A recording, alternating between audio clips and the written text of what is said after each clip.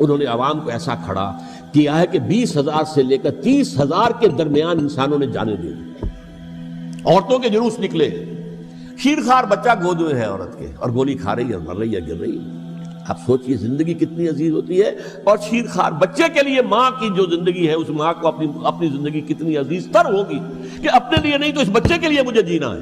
معزز ناظرین، جب بات ہوتی ہے انقلابات کی، ریولوشنز کی، تو ایران کا نام اس میں سر فہرست آتا ہے، اور بالکل مسلمان ممالک میں ایران واحد ملک ہے جس میں انقلاب آیا تھا، انقلاب برپا کیا گیا تھا. جو پہلے یہ پرو امریکہ تھا، انقلاب کے بعد یہ مکمل طور پر امریکہ کے مخالف ہو گیا.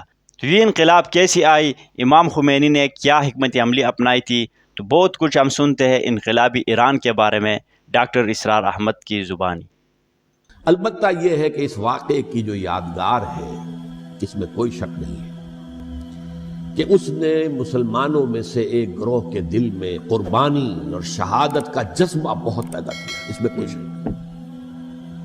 اور جس طریقے سے کہ عاشورہ محرم میں یاد منائی جاتی ہے، جس طریقے سے اس نے اہل تشیع کے اندر قربانی کا جذبہ بے انتہا پیدا کر دیا. اچھا، اگرچہ وہ جذبہ بروئے کار نہیں آتا، اس لیے کہ ان کے ہاں یہ عقیدہ ہے، یہ طے ہے کہ جب تک حضرت مہدی ظاہر نہیں ہوں گے ہم کسی کے خلاف بغاوت نہیں کریں گے. اچھا، یہ پوری تاریخ میں ان کا معاملہ رہا، تمام جو ہے ائمہ اہل بیت کا معاملہ رہا.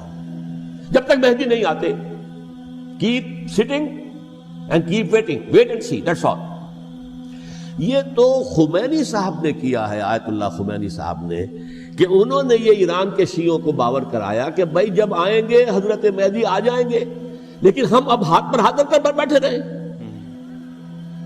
باطل کو چیلنج بھی نہ کریں. ہمیں کچھ تو کرنا چاہیے، وہ ہاتھ پاؤں ہلانے چاہیے، اور کچھ نہیں تو مہدی کا راستہ جو ہے صاف کرنا چاہیے، تمہید کرنی چاہیے، ان کے راستہ ہموار کیا جائے.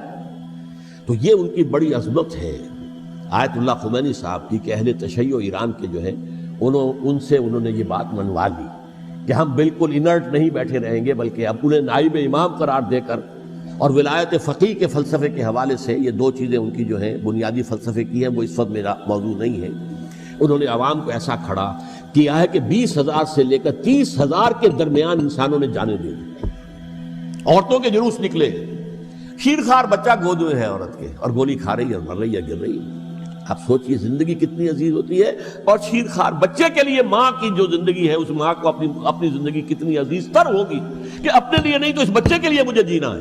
لیکن نہیں، گولیاں کھائیں گے، گری. یہ جذبہ انہی میں ہے. واقعہ یہ ہے کہ اہل سنت کے اندر یہ جذبہ نہ ہونے کے برابر ہے.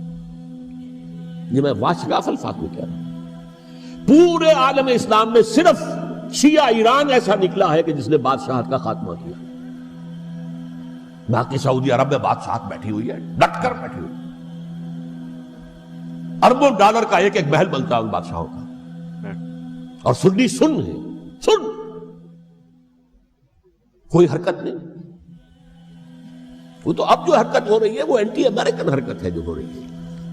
وہ در حقیقت وہ مسئلہ بالکل دوسرا ہے جو اس وقت ہو رہا ہے. لیکن یہ کہ عالم اسلام میں کوئی تحریک ایسے نہیں اٹھی. یہ اہل تشیع میں ہے، جو بالکل استثنائی بات ہے کہ انہوں نے جو ہے ایک ایسا بادشاہ جس کو کہا جاتا تھا کہ اس کا جو اسلحہ خانہ ہے وہ ایشیا میں سب سے بڑا اسلحہ خانہ ہے، جو 2500 سالہ پرانی جو ایک عظمت تھی ایران کی، اس کو دوبارہ تازہ اور زندہ کرنا چاہتا تھا. 2500 سالہ برسی اس نے منائی تھی، اس کے لیے ایک شہر آباد کیا تھا کہ خسرو یا سائرس یا ذوالقرنین قرآن مجید کی اصطلاح میں اس کی یادگار بنائی تھی. اور وہ سوچ رہا تھا کہ وہی عظمت دوبارہ ایران کی ہوگی جو کہ خسرو کے زمانے میں تھی، جس کا قرآن مجید میں سورہ کہف کے اندر ذکر ہے. مشرقی فتوحات، مغربی فتوحات، شمالی فتوحات. تو وہ بادشاہ ہے، اس کو بھاگنا پڑا ہوا قربانی کی وجہ سے.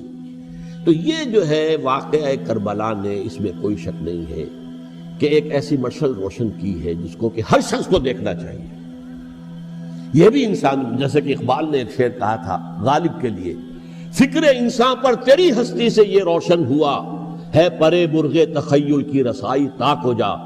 تو فکر انسان پر حضرت حسین کی قربانی سے یہ واضح ہوا ہے کہ انسان کس حد تک جا سکتا ہے قربانی دینے کے لیے اپنے کسی مقصد کے لیے.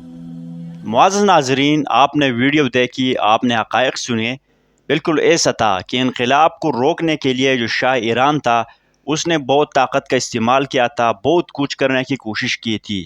کچھ لمحوں تک تو آپ عوام کے سامنے طاقت کا استعمال کر سکتے ہیں، لیکن جب عوام میں شعور آئے ہو اور وہ جانتے ہو کہ آپ جو ہے عوام کے مفاد میں نہیں ہے بلکہ آپ عوام کے دشمن کے مفاد کے لیے کام کرتے ہیں، تو پھر نتیجہ یہ نکلا جو آج جو کچھ ہو رہا ہے کہ ایران آپ نے پاؤ پڑ کر ہے اور بالکل خود مختار ہے، سیلف ڈیپینڈنٹ ہے، اور ان کے ملک کے اندر دیکھے امن ہے، انصاف ہے۔ 90% سے زائد ایرانی جو ہے آپ نے ملک میں وہ کام کرتے ہیں، روزگار پہ ہے۔ تو ناظرین، یہ سب کچھ برکات ہے انقلابی خمینی کی، جس میں عوام نے کافی مشکلات سے گزرنا پڑا تھا، عوام نے کافی سزائیں بھگتی تھی اور 30,000 سے زائد لوگ جانوں سے بھی مارے گئے تھے، لیکن انہوں نے چھٹکارا حاصل کیا ان مسائل اور مصائب سے۔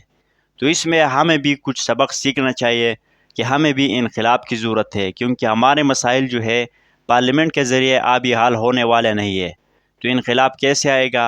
اور ایسی کوئی جماعت ہو جو اس کے لیے کام کر رہی ہو تو ہم نے ان سے اٹیچ ہونا ہے۔ ویڈیو دیکھنے کا بہت شکریہ۔